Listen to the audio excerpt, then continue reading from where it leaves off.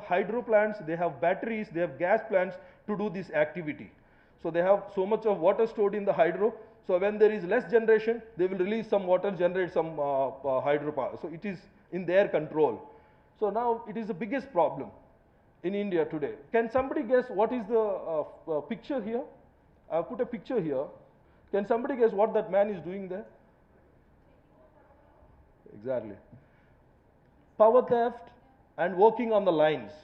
So somebody who has to work on the lines in India has to work like that.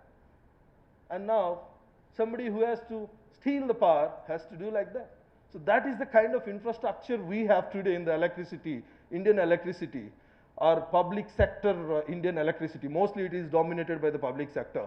So with such a poor grid infrastructure we have, going ahead in the solar or any wind or renewable where there is no certainty of the generation is a challenge. I will talk in detail about it in the next slides. Why solar, what is solar, how is solar linked with this network or grid network.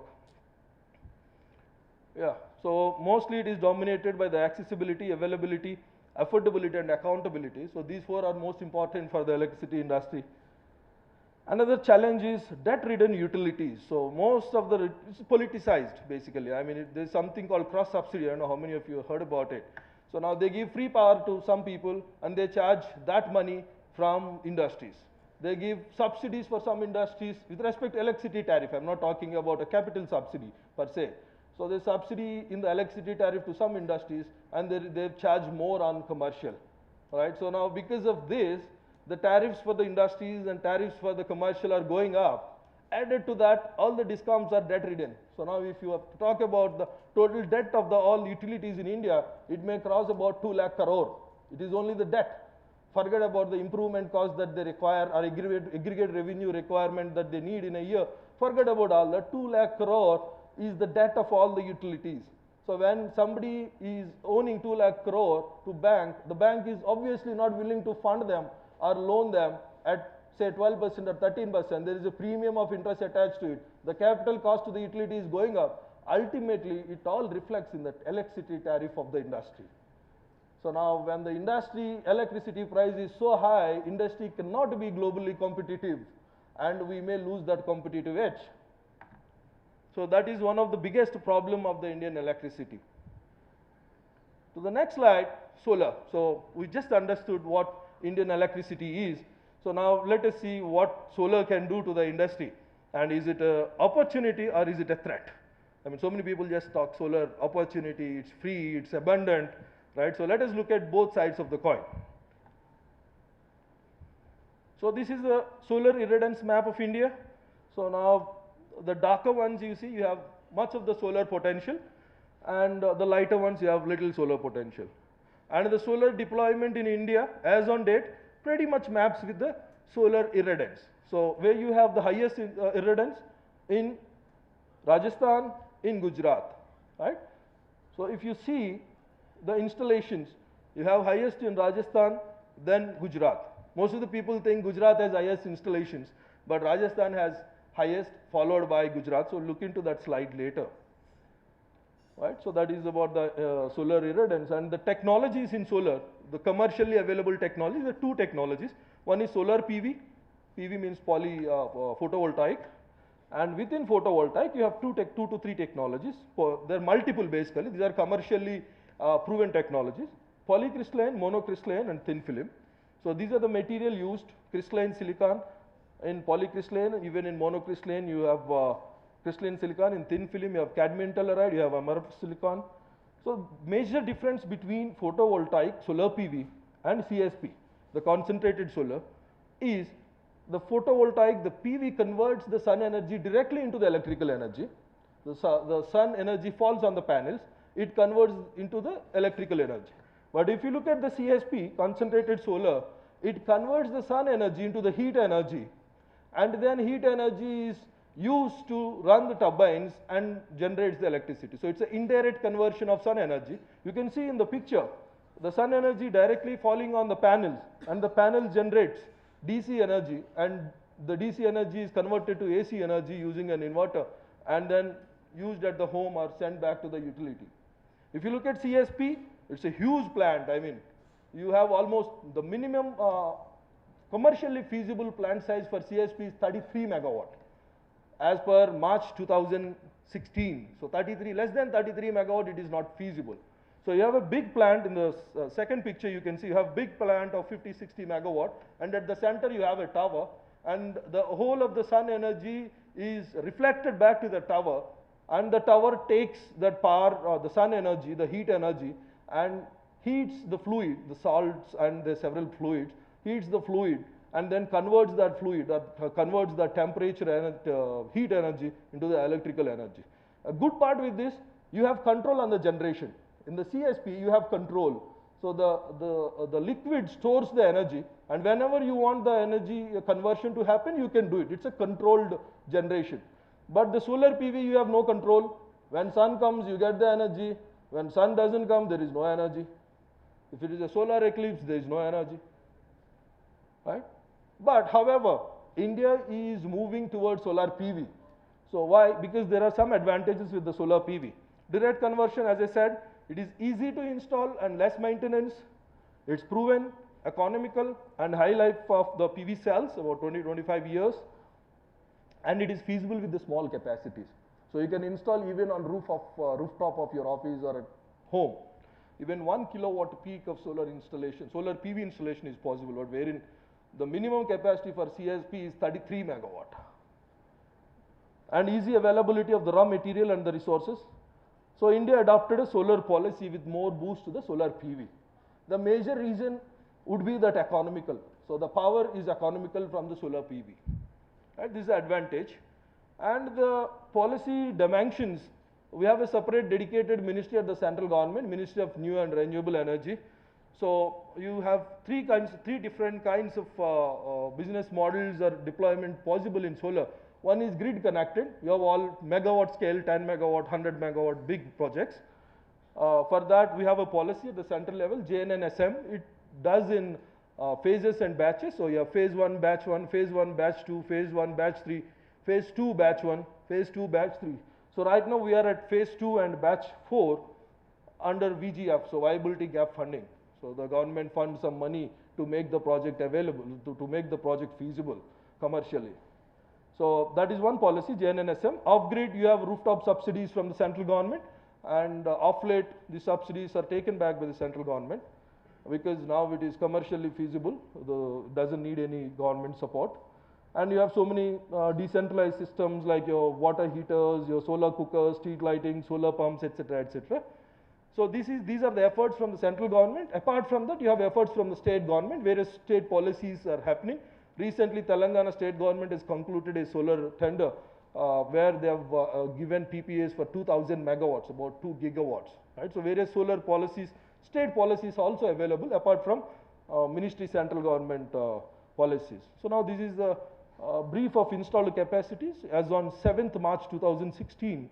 So Rajasthan has about 1.2 gigawatt, Gujarat at the second place 1.02 gigawatt, Madhya Pradesh at third, Andhra Pradesh and Telangana 475 megawatt and 393. If you look at United Andhra, probably we would have stood at third position. So now Andhra Pradesh is at fifth position and Telangana is at sixth position as on 7th March 2016. Right? So most interesting part of solar PV, the prices. So it's much debated topic, I could say. The solar PV cells used to be $76 a watt peak, long back, about 15-20 years back. When I came to the solar industry, it was $3 per watt peak. The cell, I'm just talking about the solar cell. Apart from the solar cell, there are so many other components like inverter, transformer, transmission line, your structure. Rest everything are commodities, the prices of which are independent of solar technology developments. So the only cost that is related to the development of the solar technology is the cell. Right? Cell used to be $76 a watt peak, and today it is 30 cents, less than $1. Right? So now this is a price drop in past say 15 to 18 years in the solar cells. Looking at this, many people will be deceived. They'll, oh, there must be so much technological development in past 15 years in solar. No, absolutely. The technology development in the PV cells in past decade or 2 decades is trivial. Obviously, there are bound to be some few technological developments, but the cost drop or price drop is primarily driven by the economies of scale and entry of China. So in about 2009 or 2010, China started manufacturing solar PV cells. So now what happened next was history. Europe has to shut down. Previously, Europe was the biggest solar PV cell manufacturer. The moment China entered, all companies, all solar companies in Europe has to file for bankruptcy or probably be acquired by the Chinese companies. So now the major reason for the price drop was economies of scale that was brought down by the China, right? So now price drop is due to technological development is very trivial, right? So now 30 cents per watt peak is the variable cost in the whole of a solar power plant. Rest everything is fixed. So the variable cost in the solar plant is depending on the solar technology is only the solar cell cost, which is 30 cents. If you compare it with the total price of the solar plant, which is about 25%. So now if somebody says today the solar per megawatt installation cost is say 5 crore or 1 million INR, 5 or 6 crore, and it might drop down to 2 to 3 crore, sorry to say, he doesn't understand the industry properly. Because out of 5 crore, 3 crore or 2.5 crore is fixed.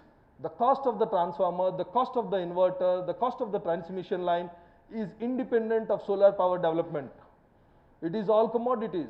Your aluminum is a commodity, your steel is a commodity, your transformer is made up of several metals, commodity. Your poles, transmission line pole, cement is a commodity, so nothing to do with the solar price cost. So the only variable cost is that solar cell, which contributes to 25% of the whole project cost as on date. So hence possible technological development in the near future that can bring down the cost per megawatt is limited to 25%. Assuming when you get the cells at free of cost, I am giving you cells at free of cost, your project cost can come down by only 25%. So I just wanted to clarify the myth about the cost of the solar power plant. Obviously, if you use the same technology, this is the fact. But if there is some new technology, some new solar cell that is made up of not silicon, probably some other metal which is cheaply available and converts more of sun energy, efficiency, high efficiency. So we don't know. I mean, that might bring down the cost by even lesser. But still, a technology to come, we are all in the technological domain, technology to come, a prototype must be designed, must be tested, must be commercially tested, then go for a biggest deployment for bringing the cost economies. So which will not happen in a decade as per my understanding about the solar industry. Advantages with solar: renewable. Renewable means unlimited, abundant, so it won't get depleted like your coal. Tomorrow morning you wake up, you will see the sun. Next day morning you wake up, you will see the sun. So it's renewable. It's distributed generation. Good part, distributed generation. You can consume where you are generating. You have a 132 kV substation. You are generating the power there and you are consuming the power there. So you are basically not injecting the power technically into the grid. You are generating and consuming there. So your power is not entering the grid.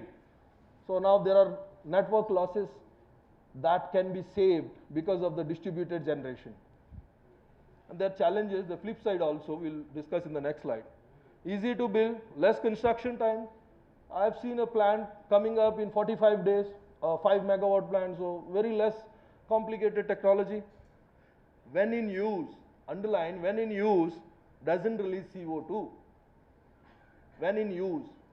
But for us to manufacture the solar PV, CO2 is required. So much of energy is required. The energy payback time, I would say, is about 2 to 3 years for a solar PV plant. In a layman language, I manufacture 1 megawatt of solar cells, I need so much energy. For me to get that energy back from the solar cells, I need about 2 to 3 years. So now, after 3 years is your energy savings or reduction in the CO2. Because you have already emitted that much CO2 for manufacturing your cell. So when in use, no CO2 generation, but for manufacturing, you need the CO2.